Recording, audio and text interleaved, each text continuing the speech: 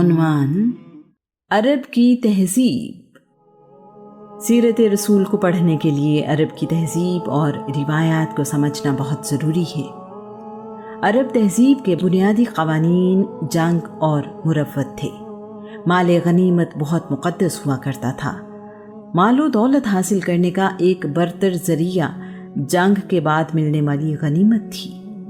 عرب مروت سے 3 معنی مراد لیتے تھے: مہمان نوازی، مظلوم کو پناہ دینا، اپنے قبیلے کے قوانین کا احترام کرنا۔ عرب ایک قبائلی معاشرہ تھا۔ قبیلہ ان کے لیے سب سے بڑھ کر تھا۔ عرب میں تنہا یعنی قبیلے کے بغیر رہنے کا کوئی تصور ہی نہیں تھا۔ قبیلے کے بغیر زندگی ناممکن تھی۔ اگر کوئی قبیلہ اپنے کسی فرد کو نکال دیتا تو کوئی دوسرا قبیلہ اسے قبول کرنے کے لیے تیار نہیں ہوتا تھا۔ دین، مذہب، صحیح یا غلط، ظلم یا مدد، سب کا انحصار قبیلے پر تھا۔ اگر قبیلے کا کوئی شخص، خواہ وہ ایک بچہ ہی کیوں نہ ہو، کسی کے لیے پناہ یا ذمہ داری کا اعلان کر دیتا تو سارے کا سارا قبیلہ اس عہد کا پابند ہوا کرتا تھا۔ اس پناہ کی تصدیق قبیلے کے سردار یا قبیلے کے عمائدین سے کروانا بھی ضروری ہوتا تھا۔ وعدہ اور اس پر قائم رہنا عرب کے لوگوں کے لیے جان سے زیادہ عزیز تھا۔ عرب مظلوم کو پناہ دیتے تو اس کے لیے اپنی جان کی بھی پرواہ نہیں کرتے تھے۔ ان لوگوں کی نظر میں مظلوم وہ تھا جو اپنے قبیلے سے نہ ہو، کسی دوسرے قبیلے سے ہو اور پناہ مانگ رہا ہو۔ ہر کسی کے لیے اپنا قبیلہ باقی قبیلوں سے بڑھ کر اور اعلیٰ تھا۔ قبیلے کا سردار پورے قبیلے پر بھاری ہوتا تھا۔ مال غنیمت کا 1/4 قبیلے کے سردار کا حصہ ہوا کرتا تھا۔ اس کے علاوہ تقسیم سے بچ جانے والا مال بھی سردار کا ہوا کرتا تھا۔ سردار کی اطاعت قبیلے کے ہر فرد پر لازم تھی۔ قبائلی عصبیت اپنے عروج پر تھی۔ اگر کوئی شخص اپنے قبیلے کی مخالفت کرتا یا ان کے مزاج اور خیالات سے مختلف ہوتا تو اپنے ہی قبیلے کے لوگوں کا اس پر ظلم و ستم جائز سمجھا جاتا تھا۔ اس کے حق میں نہ تو کوئی آواز اٹھاتا، نہ کسی کو اس پر رحم آتا۔ اگر کوئی قبیلہ اپنے کسی فرد کی ذمہ داری سے ہاتھ اٹھا لیتا تو یہ ایسے تھا جیسے اس کو سزائے موت سنا دی گئی ہو۔ قبیلے سے علیحدہ ہو جانے والے فرد کی شناخت رہتی تھی، نہ زندگی کی ضمانت۔ اب اگر اسے قتل کر دیا جائے یا غلام بنا لیا جائے تو بھی کوئی اس کی مدد کے لیے یا بدلہ لینے کے لیے نہیں آئے گا۔ کوئی انسان قبائلی پناہ میں نہ ہوتا یا بھولا بھٹکا ہوتا تو اسے غلام بنا کر بیچ دیا جاتا تھا۔ زید بن حارثہ کو اغوا کر کے غلام بنا لیا گیا۔ غلامی کا مطلب تھا کہ اب وہ انسانوں کے درجے سے نکل کر جانوروں سے بدتر زندگی بسر کرنے پر مجبور ہے۔ مسافر کو راستہ دکھاتے دکھاتے قید کر لیا جاتا۔ سلمان فارسی کو یثرب کا راستہ دکھاتے ہوئے غلام بنا لیا گیا۔ غلاموں کی منڈیاں لگتی تھیں اور خرید و فروخت ہوتی تھی۔ غلام کو قتل کرنے کی کوئی سزا نہیں تھی۔ مالک کو اس کی سانسوں پر بھی حق حاصل تھا اور اس کے جسم پر بھی۔ غلام پر ظلم کرنا مالک کا حق تھا۔ غلام کی اولاد پیدائشی غلام ہوتی تھی۔ مالک سے بھاگ کر آزادی حاصل کرنا بھی ممکن نہیں تھا۔ آزادی کا واحد راستہ غلام کی قیمت ادا کرنا یا اس کے بدلے میں غلام دینا تھا۔ کسی غلام کے لیے خود ایسا انتظام کرنا ممکن نہیں تھا۔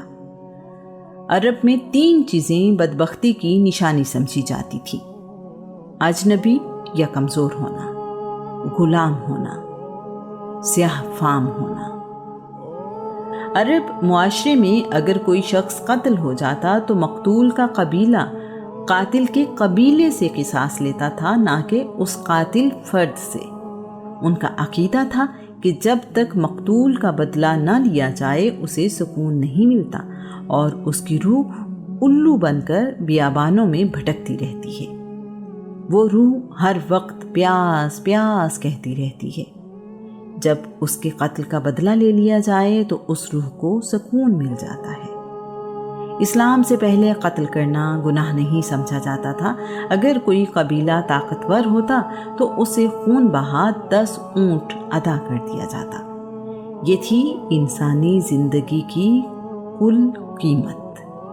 قبیلے کے افراد کی تعداد، مال، جانور، اسلحہ، علاقہ اور جنگ کرنے کی اہلیت قبیلے کو کمزور یا طاقتور بناتی تھی۔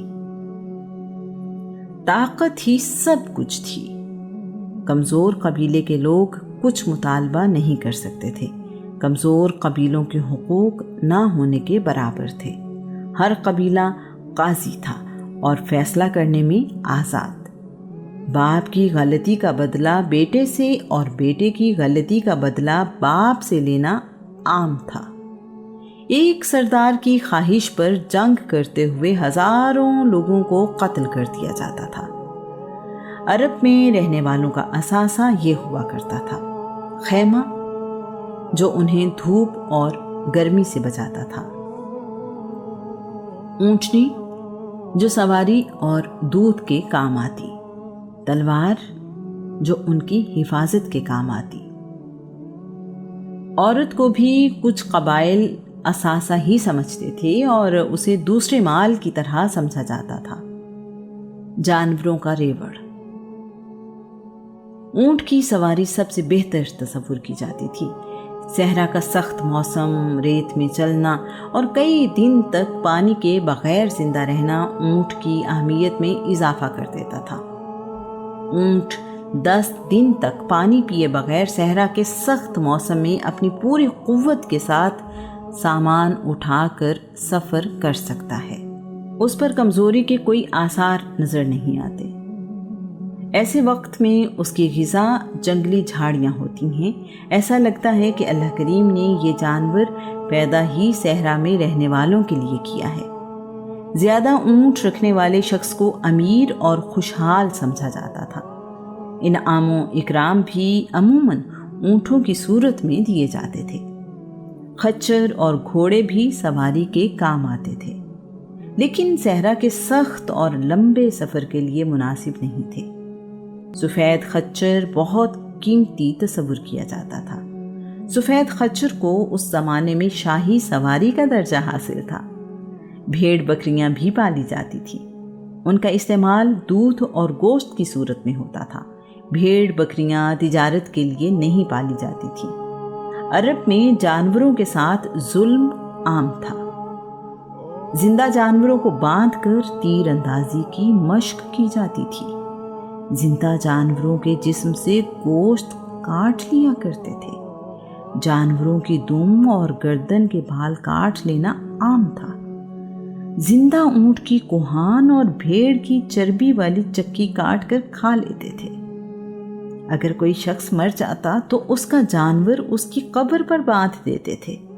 ایسے جانور کو کچھ کھانے پینے کے لیے نہیں دیتے تھے، یہاں تک کہ وہ جانور بھوک پیاس سے مر جاتا۔ کعبہ میں پناہ لینے والے کے لیے سب قبیلوں کی پناہ تھی، چاہے وہ قاتل ہی کیوں نہ ہو۔ اسے کچھ نہیں کہا جاتا تھا۔ عرب کے لوگ اپنے سر پر کافیہ یعنی عرب کا روایتی رومال رکھا کرتے تھے۔ یہ سخت موسم سے بچاتا اور ان کے لیے فخر کا نشان بھی تھا۔ عرب میں داڑھی رکھنے کا رواج عام تھا۔ اس کا تعلق کسی دین سے نہیں تھا۔ اپنی چادر یا پاجامے کو لٹکانا اور پاؤں کے نیچے لینا فخر و تکبر کی نشانی سمجھا جاتا تھا۔ عرب کے رئیس اور شرفا بچوں کو دودھ پلانے کے لیے معاوضے پر دایا رکھا کرتے تھے۔ دودھ پلانے والی دائیاں بیٹوں کو اپنے ساتھ گاؤں لے جاتی تھیں۔ بیٹیوں کے لیے دایا گھر پر رکھی جاتی تھی۔ تمام دنیا سے لوگ حج کے لیے مکہ آیا کرتے تھے۔ اس وجہ سے ان کی زبان میں بہت سے دوسرے الفاظ بھی شامل ہو گئے تھے۔ دودھ پلانے کے علاوہ بچوں کو دیہات میں بھیجنے کا مقصد خالص عربی زبان پر عبور حاصل کرنا بھی تھا۔ عربوں کے لیے ان کی زبان ان کا فخر تھا۔ زیادہ تعداد میں شادیاں کرنا ان کی ثقافت تھی۔ عرب میں بیویوں کی تعداد یا حد مقرر نہیں تھی۔ شادی کے لیے دلہا دلہن کی عمر میں فرق کوئی حیثیت نہیں رکھتا تھا۔ لڑکیوں کی شادی چھوٹی عمر 9-10 سال میں کرنا عام تھا۔ دلہن کی عمر بیٹی یا پوتی کے برابر ہونے کے باوجود شادی عام تھی۔ بالکل اسی طرح دلہا کی عمر بھی کوئی معنی نہیں رکھتی تھی۔ عورتیں اپنے ولی کے بغیر شادی نہیں کر سکتی تھیں۔ شادی کے لیے سرپرست کی رضامندی ضروری تھی۔ باپ کے مرنے یا طلاق دینے پر سوتیلا بیٹا اپنی والدہ سے شادی کر لیتا تھا۔ عورتوں کے لیے بھی دوسری، تیسری یا چوتھی شادی عام تھی۔ طلاق کا اختیار مرد کو حاصل تھا اور اس کی کوئی حد مقرر نہیں تھی۔ عرب اپنی بیٹی کی شادی اپنے سسرال میں یا اپنے والد کے سسرال میں کر کے سمجھتے تھے کہ انہوں نے اپنی بیوی ماں کا بدل اپنے سسرال والوں کو دے دیا ہے۔ عرب پتھروں سے بنے گھروں میں رہا کرتے تھے۔ گھر عمومی طور پر ایک منزل کے ہوتے تھے، یعنی سنگل سٹوری۔ کچھ لوگوں کے گھر 2 منزلہ بھی ہوتے تھے۔ عرب میں خوشبو کو بہت اہمیت حاصل تھی، یہاں تک کہ عرب پینے والے پانی میں بھی خوشبو کا استعمال کیا کرتے تھے۔ عرب میں عورتوں کے بارے میں مختلف رویہ پایا جاتا تھا۔ کچھ قبیلوں میں عورت کو بڑی اہمیت حاصل تھی، یہاں تک کہ کچھ قبیلوں کی سردار عورتیں تھیں۔ نبوت کا جھوٹا دعویٰ کرنے والی سجاح بنت حارث اپنے قبیلے کی سردار تھی۔ جنگ اور صلح کی وجہ عورتیں بنتی تھیں۔ بدوی عورتیں مردوں کی طرح دلیر ہوتی تھیں۔ ان عورتوں کے دل میں ڈر، خوف نام کی کوئی چیز نہیں تھی۔ کچھ قبیلے عورتوں کو کم تر مخلوق سمجھتے تھے۔ یہ منقولہ جائیداد تھی۔ عورت وراثت میں تقسیم ہوتی اور کسی سے بھی اس کا لین دین کیا جا سکتا تھا۔ بیٹی کا پیدا ہونا منحوس خیال کیا جاتا تھا۔ کچھ لوگ بیٹیوں کو زندہ دفن کر دیتے تھے، مگر تمام قبائل میں ایسا نہیں تھا۔ قریش کے قبیلے بیٹیوں کو زندہ دفن کرنے کے خلاف تھے۔ عرب میں کعبے کا حج ہمیشہ سے رائج تھا۔ مکہ کے لوگ حج کے لیے آنے والوں کی بڑی خدمت کرتے تھے۔ وہ حاجیوں کو اللہ کا مہمان سمجھتے تھے۔ کعبے کی دیواروں پر اللہ کے نبی ابراہیم، اسماعیل، عیسیٰ اور بی بی مریم کی تصویریں بنی ہوئی تھیں۔ کعبہ میں سب قوموں نے اپنے اپنے بت رکھے ہوئے تھے۔ بت ہی خدا تھے۔ بتوں پر انسانی گوشت اور خون کے چڑھاوے بھی چڑھائے جاتے تھے۔ جس قبیلے کا جی چاہتا اپنے لیے علیحدہ بت لے آتا۔ نیا بت لانے پر کوئی پابندی نہیں تھی۔ سب سے بڑا بت ہبل تھا۔ قبیلہ بنی خزاع کا سردار عمر بن لوہی اس بت کو ملک شام سے لایا تھا۔ اس کے بعد ہبل ان کے لیے سب سے بڑا خدا ہو گیا۔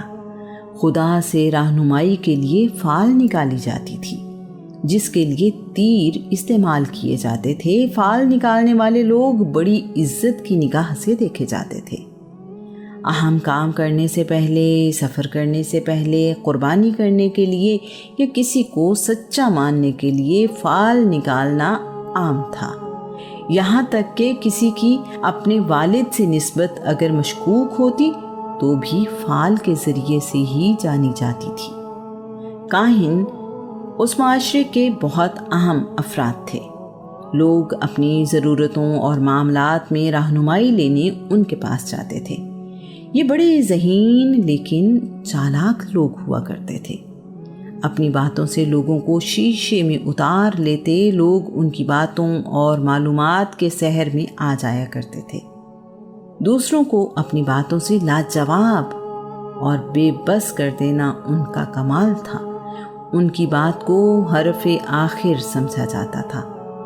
یہودی اور عیسائی بھی عرب میں رہتے تھے، لیکن ان کی تعداد بہت کم تھی۔ مکہ میں رہنے والوں کی بڑی تعداد بت پرست تھی۔ اگر انہیں اپنے عقائد خطرے میں نظر نہ آئیں تو مذہبی رواداری پائی جاتی تھی۔ مختلف مذاہب کے ماننے والے ایک ہی گھر میں رہ سکتے تھے۔ عرب میں خدا کو راضی کرنے کے لیے یا کسی منت کو پورا کرنے کے لیے بیٹے کی قربانی کا رواج تھا۔ انسان کی قربانی سب سے عظیم قربانی سمجھی جاتی تھی۔ عرب زبان میں اپنا ثانی نہیں رکھتے تھے۔ عرب اپنے علاوہ باقی دنیا کو عجمی یعنی گونگا کہتے تھے۔ ان کے نزدیک زبان صرف عربی تھی۔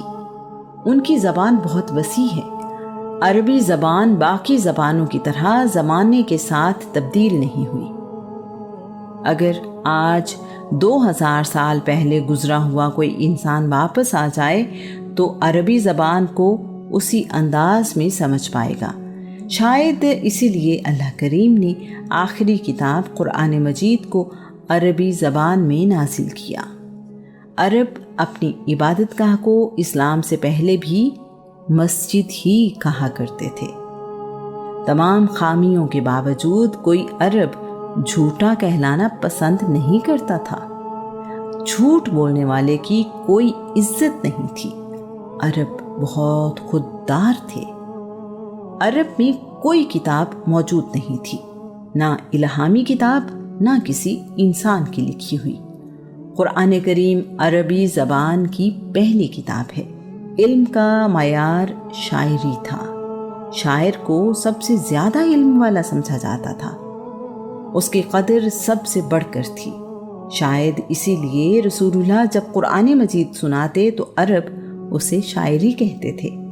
شاعر اپنا سب سے اعلیٰ کلام کعبہ میں لٹکا دیا کرتے تھے۔ باقی معاشروں میں شاعر ایک ادیب کی حیثیت رکھتا ہے، جبکہ عرب میں شاعر ایک ہی وقت میں ادیب، طبیب، روحانی پیشوا اور دانشور تصور کیا جاتا تھا۔ عرب میں ذوق کی تسکین کا واحد ذریعہ شاعری تھا۔ ان کے ہاں تاریخ بھی شاعری میں ہی ملتی ہے۔ خوشی، غمی، نیک بختی، شادی یا موت اور صلح یا جنگ، ہر موقع کے لیے شاعری موجود تھی۔ ہر شخص شاعری نہیں جانتا تھا، جس کی وجہ سے شاعر بہت عزت پاتے تھے۔ مشاعرے عام منعقد کیے جاتے تھے اور بہترین شاعر کو خوب نوازا جاتا تھا۔ اس دور میں شاعر ہوا اور پانی کی طرح زندگی کا لازمی حصہ تھا۔ جنگوں میں بہادری کی تعریف اور دشمن کی برائیاں شاعر ہی کیا کرتے تھے۔ شاعری کرتے ہوئے ساکت حروف کا استعمال بھی عام تھا۔ قرآن مجید میں بھی ساکت حروف کسی سورہ کی ابتدا میں استعمال ہوئے ہیں، جیسے الف لام میم، کاف ہا یا عین صاد۔ اسی لیے اس زمانے میں کسی نے اس بات پر اعتراض نہیں کیا۔ اس زمانے میں آج جیسے سکول نہیں تھے۔ سب لوگ اپنے والدین اور قبیلے کے لوگوں سے ہی سیکھتے تھے۔ یہ کوئی عجیب بات نہیں تھی۔ قسم اٹھانا اور قسم اٹھوانا عرب کا عام رواج تھا۔ کسی چیز پر زور دینے کے لیے یا اہمیت بتانے کے لیے عرب قسم اٹھایا کرتے تھے۔ شاید یہ عربی زبان کا حسن ہے۔ سود خوری عام تھی۔ تجارت میں اہل عرب بہت سمجھدار تھے۔ شام، فلسطین، روم، ایران، حبشہ اور یمن میں سامان تجارت لے کر جاتے اور وہاں سے سامان لا کر عرب میں بیچتے تھے۔ قریش چونکہ کعبے کے خدمت گزار سمجھے جاتے تھے، اس لیے تجارت کے لیے جہاں بھی جاتے لوگ انہیں عزت و احترام سے ملتے۔ عرب تجارتی راستوں پر رہنے والے قبیلوں سے اچھے تعلقات رکھتے تھے تاکہ وہ مال تجارت لوٹ نہ لیں۔ پہاڑی اور صحرائی علاقہ ہونے کی وجہ سے آبادی آج کے شہروں کی طرح نہ تھی۔ لوگ چھوٹی چھوٹی ٹولیوں میں رہتے تھے، جہاں پانی یا سبزہ دیکھتے وہیں رہنا شروع کرتے تھے۔ سال میں 4 مہینے محترم تھے۔ یہ مہینے رجب، ذی-قعد، ذی الحج اور محرم تھے۔ ان مہینوں میں نہ جنگ کی جاتی، نہ ہی قافلوں کو لوٹا جاتا۔ انہی مہینوں میں حج اور عمرہ ادا کیا جاتا تھا۔ کوئی مرکزی نظام تھا، نہ کوئی مرکزی حکومت۔ ضرورت پڑنے پر قبائلی سردار اکٹھے ہو کر فیصلہ کرتے۔ یہ فیصلے انہی معاملات پر لاگو ہوتے جن کے بارے میں فیصلہ کیا جاتا تھا۔ باقی معاملات کے لیے قبیلے اپنا فیصلہ کرنے میں آزاد ہوتے۔ دور دور کے شہروں کو الگ ملک تصور کیا جاتا تھا۔ یہ تصور آج کے ملک کی طرح نہیں تھا۔ اس زمانے میں شہر، ملک اور بر اعظم آج کے معنی میں نہیں تھے۔ ایک ہنر اور ایک قبیلے کے لوگ ایک ہی جگہ رہتے تھے اور یہی ان کے مفاد میں تھا۔ اس طرح وہ اپنے آپ کو محفوظ سمجھتے تھے۔ چوری کرنے کی سزا اس زمانے میں ہاتھ کاٹنا تھی۔ یہ سزا الہامی کتاب زبور کے حکم کے مطابق تھی۔ عرب بہادروں کے بڑے قدردان تھے۔ بہادری عرب میں عزت کا نشان تھی۔ عرب اپنی آب و ہوا اور خوراک کی وجہ سے سخت جان تھے۔ عربوں میں تکلیفیں اور مشکلات برداشت کرنے کا حوصلہ قابل تعریف تھا۔ عرب میں مسلمان ہونے والے غلام اور کنیزیں ظلم و ستم سہتے رہے، مگر اپنے دین پر قائم رہے۔ اس کی وجہ ان کا اپنے دین پر یقین اور عرب میں رہنے کی وجہ سے برداشت کا حوصلہ تھا۔ بدلہ لینا عرب کے رہنے والوں کی جبلت میں شامل تھا۔ وہ بدلہ لینے کا کوئی موقع ہاتھ سے جانے نہ دیتے تھے۔ دشمن کی لاشوں کی بے حرمتی کی جاتی تھی۔ ان کے ناک، کان وغیرہ کاٹ لیے جاتے تھے۔ اسی طرح سر بھی کاٹ کر لے جاتے تھے۔ وہ لوگ قتل کرنے کے بعد قتل کیے جانے والے کے اعضاء یادگار کے طور پر اپنے پاس رکھتے تھے۔ اس زمانے میں اونٹ کی قیمت 400 درہم تھی۔ بھیڑ کی قیمت 40 درہم، یعنی ایک اونٹ قیمت میں 10 بھیڑوں کے برابر تھا۔ بکری کی قیمت 25 درہم سے زیادہ نہیں تھی۔ مکہ میں گندم کی روٹی یا نان نہایت قیمتی اور نایاب شے تھی۔ روٹی یا نان کی قیمت درہم کا 6واں حصہ تھا۔ ایک خاندان کی ایک وقت کی روٹیوں کا خرچ بکری کی قیمت کے برابر ہوتا۔ روٹی صرف امیر لوگ ہی کھا سکتے تھے۔ ایک نیزے کی قیمت 4 درہم تھی۔ اونٹ کا کجاوا 13 درہم میں مل جاتا تھا۔ مٹی کھودنے والی گینتی کی قیمت 6 درہم تھی۔ مکہ میں عام خوراک دودھ اور کھجور تھی۔ اس کے علاوہ ان کی خوراک میں خشک مچھلی بھی شامل تھی۔ گندم کبھی کبھار کھانے کو ملتی تھی۔ ان قیمتوں سے اندازہ ہوتا ہے کہ اس وقت آمدنی اور خرچ کے معاملات کیسے تھے۔ ایک غلام کی قیمت 50 درہم سے شروع ہوتی تھی۔ کبھی کبھار بھیڑ بکری کی قیمت میں غلام مل جاتا۔ غلام یا کنیز کی قیمت اس کی عمر، جوانی، صحت، ہمت اور صلاحیت کے حساب سے طے ہوتی تھی۔ کنیز کی قیمت کا تعین اس کی عمر، خوبصورتی، اولاد پیدا کرنے کی صلاحیت سے کیا جاتا تھا۔ مہمانداری ایک ایسی خوبی تھی جو عرب میں نہایت اعلیٰ انداز میں پائی جاتی تھی۔ مال و دولت کا حصول عرب میں سخت محنت طلب کام تھا۔ موسم کی سختی، ذرائع آمد و رفت کی کمی اور قدرتی طور پر پھل کے درخت نہ ہونے کے باوجود عرب کنجوس نہیں تھے۔